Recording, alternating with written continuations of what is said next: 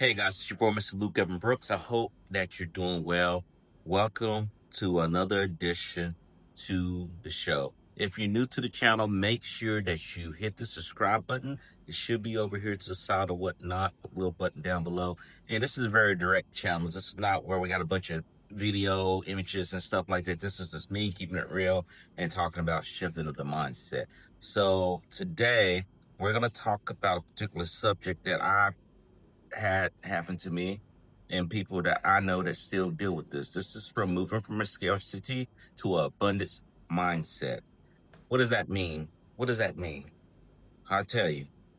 We live in a world where people feel like there's lack of resources. The world does have limited resources, but the problem is a lot of people place limitations here, not where something's physical. Like I have one soda can. I can't make another soda can disappear just like that. I have to do something. In their mind, they're saying, well, dang, I can't get anything. I can't get nothing. And I used to be like that. And I would tell you this, my father broke that out of me very early. My whole mindset was that I'm too short. People will bully me, things like that. Before they even got inside my head, my dad introduced me to Muggsy Bogues. Used to play Charlotte Hornets, Golden State Warriors. Introduced him, 5'3", played in the NBA, smallest NBA player in history. And he was not just playing. I mean, he was starting. He was running the court amongst giants. And it wasn't of him saying, well, I'm not tall enough. I'm lacking height. He didn't let the height mess with him. It actually made him a threat because he was short, because basketball players are tall. We all know that. You bouncing the ball, you got to bend down. You got to get very low with Muggsy. Muggsy will take your ball.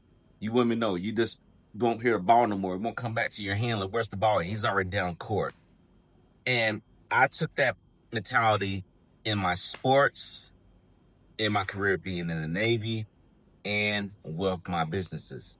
And I don't feel any sympathy. I don't feel sorry for people who sit here and paint a problem, because we got people who will live in fear. We have people who will live in fear and will sit here and tell you, hey, I have all these bad things happen to me. I have this happen every single day. They roll it right off their tongue, just like you drinking water in the morning. They will constantly tell you all these problems going on, and they want you to solve their problems for them, excuse me. And I would tell you this, you can give them advice, but you cannot program their mind. If they have a mindset of lack, that's something that they have to work on. They can't sit here and tell you they got all this going on and you tell them what to do. Some of them may come to you about money. That's the number one thing that I've countered being out here in Bahrain, because a lot of people make this assumption that the U.S. military makes way bunch of money, right? But they don't look at the other side of it. A bunch of military people have bills and other obligations. You have to think about, some of these guys out here have to take care of child support. You know, they have bills, car notes, house notes. That's why they out here. And folks don't look at that. They look at what I see everything on TV, and you got to stop looking at that. Not saying that they're living in scarcity. They are finding a way to win when it comes to other people outside, foreigners, right? And they're telling you that they got this going on, they got that going on. Can you give me some money? I look at it as, in a way, as an insult, right? Because they're not looking at friendship. They're looking at you as a transaction. And going back on this, they feel like they can't do anything and they don't have to do anything. And I look at it also, if your life depended on, if someone put a gun to your head and say, if you don't do this, I'm going to this on you in 3 seconds, you will figure a way out. And we have to live like that. We have to live like it's urgent. Instead of us talking about living of lack of, we need to be focused on what we have abundance of, and we need to project that on what we want to have. We should imagine it inside our head as if it's already here. And people might be like, what? Yes.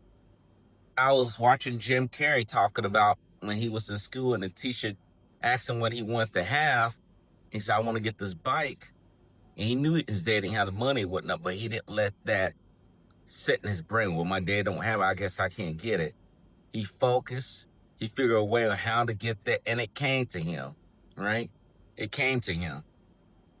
It's just like if you want to get the perfect job, if you're trying to score a certain score in your test, if you're trying to have a certain amount of income coming every month, you're focusing on it. You're looking at ways on how to achieve that too. You're not just sitting here just praying, waiting for it to fall down. Prayer is part of the equation, but you are looking at how can I make this happen versus I can't do this. I can't afford it. I don't have this, I don't have that. No, you got to be like that. You have to be like that. Now, what stops you from doing that? You may be influenced by the environment, which everyone pretty much is. It's you that has to make the deciding factor if you're going to let that control how you think versus, hey, I'm in the military, right? I want to see the next 5 years go smooth. I made that a decision, right? I made that decision. This is where we're gonna go.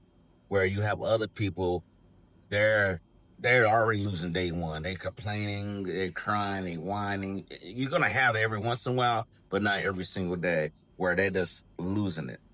They're losing their mind. You got to get out of that mindset. You got to get away from what you see on TV because TV will make you go crazy. That's why I don't watch too much news. I have to control how I receive news. Because my parents, they used to watch the even news every day. Every day. If you didn't travel outside of Charlotte, you didn't travel, let alone outside of the country, everything's bad. Everything's bad. It's destruction. They're killing people here where I'm at. That was the first question my dad asked me. Are you safe over there? I said, Dad, I'm pretty safe. I don't have to worry about being pulled over. Well, I heard they're grabbing people and this and that. And he's looking at something that was associated in another country that was not associated in Bahrain. So you got to get away from the negative images. A lot of people are going to put a lot of stuff. That's why they call it television. Tell a lie on vision, right? They tell you a lie. You have to move away from that. If you're going to watch something as if you're already there. I used to watch a show called Lifestyles of the Rich and Famous. I used to watch it all the time. Don't know why. My dad didn't watch it. My mom didn't watch it. But I saw what those people had. And I say, that you can go there. We can go there. I wouldn't never let myself settle in my hometown where I saw a lot of my classmates. Not knocking them doing that. But I knew that there was something more for me to do in this world. And that's how I kept going. That's how I kept progressing, right? Same thing about vehicles. I seen Transformers when it came out, the first one, first live action one. And I tell my boy, I'm getting that car. I didn't tell him how. I didn't say when. I told him I'm getting that car, and I did get the car. It was black though with a gray race stripe, but I still have that car. And I'm telling you guys, your mind is very powerful. It's powerful than one of the nuclear bombs in the world. If you set your mind right and you program it, because this does require programming, you can get there. One thing that I also do, I listen to beats when I go to sleep. The binaural beats, I have a face mask, I wear it, I have speakers in it, and I just let it play. And, I constantly let my mind be uplifted because we do live in a negative world. We do live where a lot of stuff goes on. This senseless makes no sense. A lot of people are struggling. A lot of people are on the street, things like that. And it's very hard to tell them, hey, man, just lift yourself up. This is what you got to do because they already zone out. You have a chance to be watching this. You have the determination to make a change in your life if you're serious about it. But you just can't sit around sitting there thinking, well, I just got to pray and that's all I got to do. You got to put your motion to action too. You got to build yourself up. It's just like when I make these videos as well. This ain't the only channel I'm doing. I'm doing other channels on YouTube as well. So it's like, how do you keep yourself from burning out? It's like, we got to find better ways. We're going to make this pop. We're going to make YouTube go. We're going to make all our products that we have on YouTube grow. It's like, okay, we're going to find ways. And that's why I kept saying, I said, we're going to find a way. We're going to find a way. We're going to find our way. And once you see what you want, hold it in your mind and lock it in. So if you have a visual goal where it's like, hey, I want to get a certain number by the time I get out, I want to have so much money in, and you know what your number is, you lock that in. You're not going to let that untap. Now, you might go over it way much or whatnot, so be it. And you got to go big too. That's another thing. You just don't be like, well, I want to get $50,000 before I get out. Okay, that ain't going to be hard right there. You ain't doing anything. Change. It should be challenging because when you do these things, you are going to elevate yourself so high. You're going to have people that associate with you that may not even want to deal with you anymore because they're going to say you act different. That was the first thing that happened to me when I started to go through the transformation. I start grabbing the Bible, I start reading it. Wasn't going to church, but I was reading it or whatnot. People like, well, why are you bringing the Bible to work?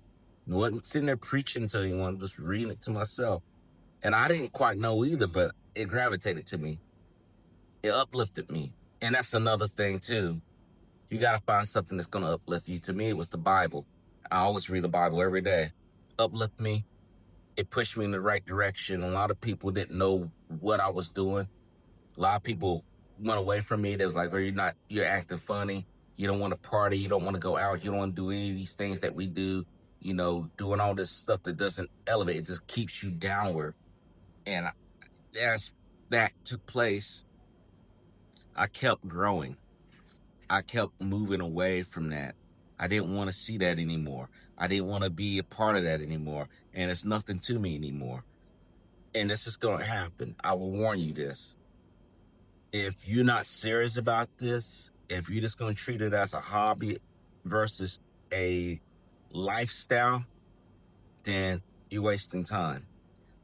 Or if you're willing to go through the pain, and pain is temporary, if you're willing to go through the pain, then go ahead and step through it. Go through it. Don't look back. Don't second guess yourself, because as a person who is living in abundance, you don't have time to be looking back. You don't have time to be getting yourself downgraded. If you're going this way, if you're trying to get to the sky, you can't go this way to go to the sky. You got to go up, right? You got to go up. You're going to have people who keep trying to pull you down. You're going to have situations keep trying to pull you down. But you go through those disciplines. You go through your daily meditation, your prayer. If you go through your beats like I do. If you start reading positive affirmations like I do. If you start watching motivational videos that's going to uplift you and get you going, instead of watching the news where it has negativity most of the time, it's going to lift you. It's your lift on your plane to get you going. You don't want to have people tell you, oh, this is not possible. Because, again, those are the negative people. You let those people talk about doubt in your head, you're going to start doubting yourself. And you can't be around those folks. You may not be able to tell people your dream. You may not be able to tell people what you're trying to do because they're not going to understand you. And that's okay.